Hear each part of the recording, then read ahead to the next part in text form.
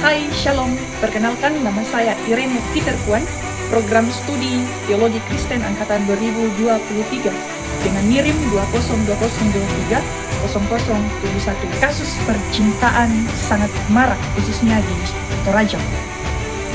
Dalam kasus percintaan ini, yang banyak terlibat adalah remaja, di mana pemikiran mereka itu masih sangat labil, dan ketika mereka memiliki masalah, tentu pemikiran mereka bukan hal yang positif, tetapi hal yang negatif. Melalui pemikiran mereka yang negatif, bisa saja mereka merasa bersalah dengan kejadian-kejadian yang mereka hadapi. Sehingga melalui pemikiran mereka yang negatif, bisa saja membuat mereka mengambil jalan pintas di hidup. Saya sebagai konselor saat ini akan menjadi pendamping bagi kasus percintaan yang marak.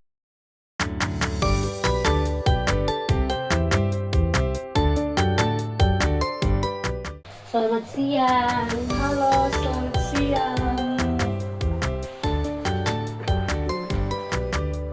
Apa kabar hari ini? Sepertinya saya melihat kamu lagi sibuk banget. Saya baik-baik saja, tapi saya memiliki masalah. Masalah apa itu? Saya berempat saya diri untuk memberitahukan masalah ini terhadap orang lain. Saya juga tidak punya orang yang saya percaya untuk memberitahukan ini kepada orang lain. Saya tidak punya orang yang tepat untuk saya ceritakan hal ini. Ya, baiklah. Di sini kakak bisa menjelaskan dan menceritakan apa saja masalah kakak. Jadi di sini kita sepakat, saya sebagai konselor dan kakak sebagai klien. Ya, kalau boleh tahu kakak namanya siapa? Nama saya Axel. Ya, kakak Axel. Di sini kakak bisa menceritakan segala permasalahan kakak akhir-akhir ini, apa yang kakak sedang alami. Saya menjamin di sini bahwa apa yang kakak ceritakan itu, saya menjaminnya bahwa ini adalah rahasia kita berdua. Jadi bagaimana? Apakah kakak sudah bersedia untuk menceritakannya? Baik, saya setuju, dan di sini saya sangat berharap kakak bisa menjaga rahasia ini. Ya, di dalam konseling itu kita harus menjaga rahasia klien. Jadi apapun yang kakak ceritakan ini, ya itu adalah rahasia kita berdua. Jadi saya mengharapkan bahwa cerita ini tidak akan ada orang yang mendengarkannya. Baiklah, kalau begitu ini menjadikan saya berkeluarga. Saya bisa menceritakan dan saya bisa memberikan kepercayaan kepada kakak untuk menceritakan masalah saya. Ya, kalau begitu silakan kakak Axel bisa menceritakan apa yang sedang dialami akhir-akhir ini. Jadi begini, saya punya pacar. Saya sudah menjalaninya beberapa tahun dan kami ini sedang LDR. Jadi selama kami LDR, pas awal-awal berkenalan dengan dia itu sangat perhatian. Tentulah kalau anak muda, cowok kalau baru kenalan pertama pasti dia sangat memberikan perhatian. Begitupun dengan pacar saya, dia sangat perhatian pas awal-awal. Kemudian akhir-akhir ini dia itu sudah agak mulai berubah. Setiap kali saya chat, misalkan saya chat pagi, dia mungkin balasnya malam. Kemudian kalau saya tanya kabarnya, bagaimana kabarnya, dia mungkin hanya membalas, saya sedang sibuk kerja, saya capek kerja, saya mau tidur. Itu responnya yang membuat saya overthinking. Mungkin dia sudah punya orang lain di tempat kerjanya yang bikin dia nyaman, sehingga hal itu sangat mengganggu konsentrasi saya, yang membuat saya kurang bersemangat untuk menjalani kegiatan saya setiap harinya. Karena juga setiap saya bekerja, karena saya juga bekerja, itu mengganggu konsentrasi saya. Saya kadang berpikir, tiba-tiba memikirkan dia, apa dia sudah tidak sepeduli itu dengan saya seperti dahulunya. Saya pun merasa berantakan dan tidak fokus saya mulai fokus pada pekerjaan saya, tetapi dia tetap menghalangi saya karena mungkin kalau saya sudah terbiasa dengan dia yang dulunya yang sangat perhatian, dan seketika dia berubah, saya merasakan kayak ketika dia berubah, dia tidak mau memberikan perhatiannya lagi untuk saya. Ya baik, dari cerita kamu ini, apakah ada faktor dari orang-orang luar atau orang-orang terdekat kamu seperti dari keluarga, orang tua, atau bahkan sahabat? Bisa kamu ceritakan ini pelan-pelan, jangan terburu-buru, supaya apa yang kamu sampaikan itu bisa teratur dengan baik dan bisa kamu sampaikan seluruh masalah kamu itu dengan baik, sehingga bisa kita melihat apa yang betul-betul kamu harapkan di sini dan bisa kita selesaikan dengan baik. Sebenarnya ada dari orang tua. Dulunya saya melihat orang tua saya menyetujui saya dengan dia, tetapi kelamaan saya mendengar dari sepupu saya bahwa orang tua saya tidak menerima dia dengan saya karena orang tua saya maunya yang lebih dari saya, kayak apa ya, dia maunya yang seperti PNS yang gajinya lebih tinggi, yang mau menjamin diri saya. Mungkin itu yang dilihat orang tua saya. Jadi mungkin orang tua saya melihatnya hanya yang banyak uang begitu. Nah, itu juga yang mengganggu pemikiran saya hingga menghilangkan konsentrasi saya. Di sini juga orang tua saya sudah khawatir melihat ibu saya yang sudah harusnya menikah, tetapi sampai saat ini saya juga belum menikah dengan dia.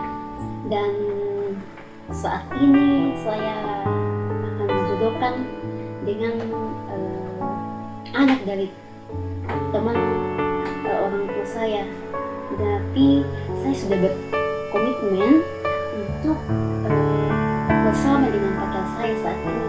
Saya maunya sama dia untuk bersama-sama dengan dia. Saya sudah berkomitmen terus bersama dia, tapi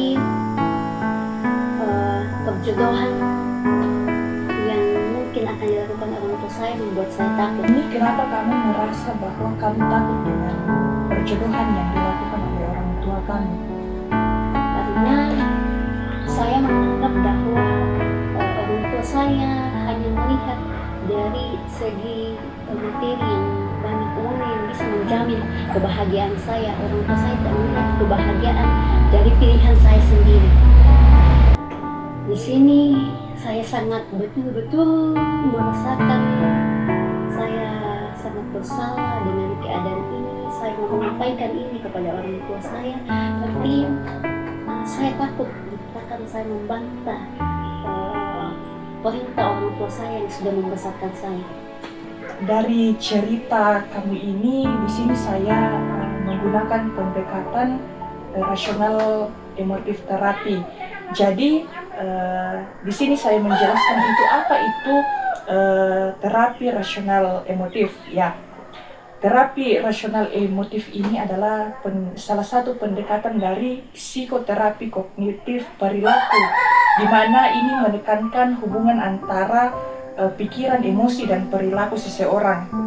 Terapi ini itu mengajarkan bahwa gangguan emosi dan perilaku yang merusak bukan hanya disebabkan oleh peristiwa eksternal itu sendiri, melainkan oleh keyakinan atau interpretasi irasional individu terhadap peristiwa tersebut. Nah, tujuan dari konseling rasional emotif ini yaitu memperbaiki dan merubah sikap, persepsi, cara berpikir, dan pandangan klien yang mengembangkan diri melalui tingkah laku yang positif, menghilangkan gangguan-gangguan emosi seperti takut, rasa bersalah, berdosa, cemas, dan marah. Jadi itu pembahasan mengenai terapi pendekatan yang akan kita gunakan pada saat ini. Kemudian kita lanjut mengenai cerita kamu tadi, jadi bagaimana kamu bisa tahu kalau orang tuamu itu tidak setuju dengan hubungan kamu. Kak Axel tadi mengatakan bahwa kamu ingin menceritakannya atau ingin berkomunikasi dengan keluarga kamu mengenai tentang masalah, mengenai tentang hubungan yang sedang kamu hadapi, tetapi karena ada ketidaknyamanan dalam diri kamu. Jika demikian, mungkin bisa kakak berkomunikasi dengan keluarga atau orang tua kamu supaya tidak ada prasangka buruk yang membuat kamu itu semakin tertekan dan tidak nyaman dengan keadaan kamu pada saat ini. Tapi saya takut tak apa yang dikatakan saya itu benar. Ya, saya sangat paham dengan apa yang sedang kamu alami sekarang. Pastinya itu semua orang tua itu ingin memberikan yang terbaik kepada anak-anaknya, apalagi dengan umur kamu pada saat ini yang bisa dikatakan bahwa tidak muda lagi. Tentunya mereka itu khawatir dengan kondisi anak-anaknya, siapa yang akan menggantikan mereka nantinya untuk merawat kita nanti.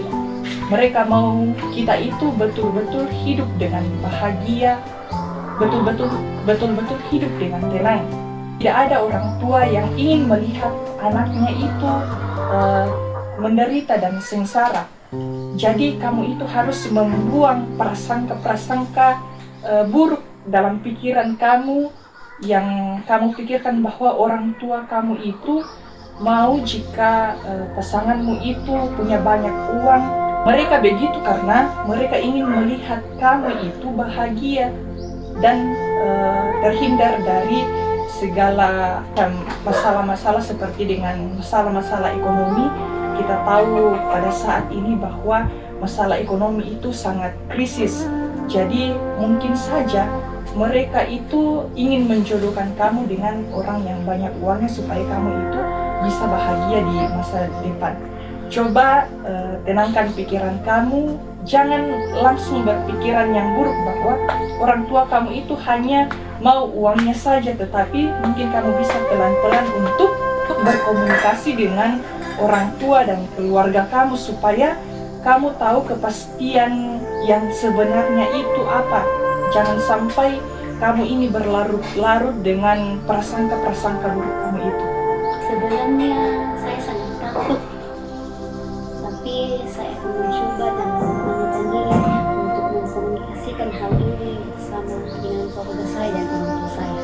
Ya, jadi kan begini, mengenai tentang persoalan jodoh, apa yang akan kita makan, apa yang akan kita kerjakan, bahkan kematian itu pun sudah ada yang atur. Tuhan sudah mengaturnya untuk kita. Jadi sisanya itu kita manusia yang berusaha dan berdoa. Jangan sampai pikiran-pikiran buruk kita itu yang membuat kita itu merasa tidak nyaman.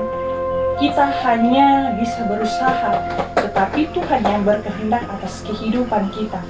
Tidak ada yang tahu kehidupan kita itu akan seperti apa ke depannya. Karena itu kita harus melibatkan Tuhan dalam setiap langkah, setiap keputusan yang kita ambil. Kamu kan sudah menjalani hubungan kamu kurang lebih 2 tahun. Jadi menurut saya itu bukan waktu yang sebentar. Tentu dalam perjalanan hubungan kamu itu ada begitu banyak suka dan duka. Kamu itu banyak melewati masa sulit, apalagi ini kamu menjalaninya dengan LDR, dan dengan usia kamu ini sudah dapat dikatakan bahwa usia yang sudah dipersiapkan untuk menikah. Ya, mungkin saja Tuhan belum memberikan waktu yang tepat untuk kamu pada saat ini. Waktu ini bisa kamu pakai untuk mengembangkan setiap kreativitas kamu, mengembangkan setiap pikiran-pikiran yang ada di dalam kepala kamu pada saat ini. bagaimana ke depannya, bagaimana engkau harus menjalani kehidupan kamu. Seharusnya dalam kehidupan kamu pada saat ini mungkin saja bisa kamu membahagiakan keluarga kamu dulu, membahagiakan orang tua kamu. Saya tidak menyalahkan kamu, tapi saya tidak mau kamu dibebani oleh prasangka-prasangka buruk kamu itu. Ada baiknya kamu menjunjung apa itu arti komitmen dan kepercayaan dengan pasangan kamu, dan kamu bisa menjalani kehidupan kamu dengan penuh bahagia. Jangan sampai prasangka buruk kamu itu membuat kamu merasa tidak nyaman dan merasa bersalah. Baik, kalau begitu, kira-kira apa yang membuat pacar saya berubah? Yang sangat perhatian sekarang berubah menjadi tidak perhatian lagi. Sekarang ini jalan keluarnya itu ada pada diri kamu sendiri. Apakah kamu akan terus-menerus hidup dalam prasangka-prasangka negatif kamu? Bisa saja dia memang ada kesibukan dengan pekerjaannya. Lagi pula kan dia sudah memberikan kabar kepadamu, dia sudah berusaha meluangkan waktunya kepadamu walaupun itu hanya sebentar. Saya benar-benar bersalah terhadap pikiran saya tentang pacar saya dan orang tua saya. Tentu akan ada waktunya nanti kalian itu akan dipertemukan sesuai dengan waktu yang Tuhan telah tentukan. Baik, saya sudah mengerti dengan keputusan yang akan saya ambil ke depannya. Jadi melalui perbincangan kita pada saat ini, kira-kira apa yang menjadi kesimpulan kamu? Jadi melalui percakapan kita saat ini, saya akan mencoba saya akan membuang prasangka saya terhadap pacar saya dan terhadap orang tua saya.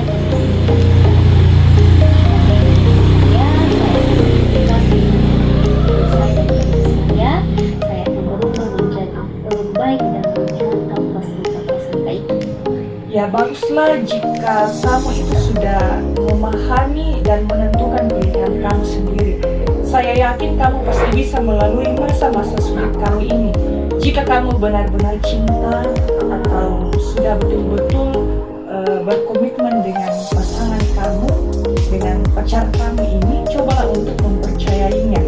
Karena suatu hubungan itu harus berlandaskan dengan kejujuran dan komitmen untuk hidup bersama-sama.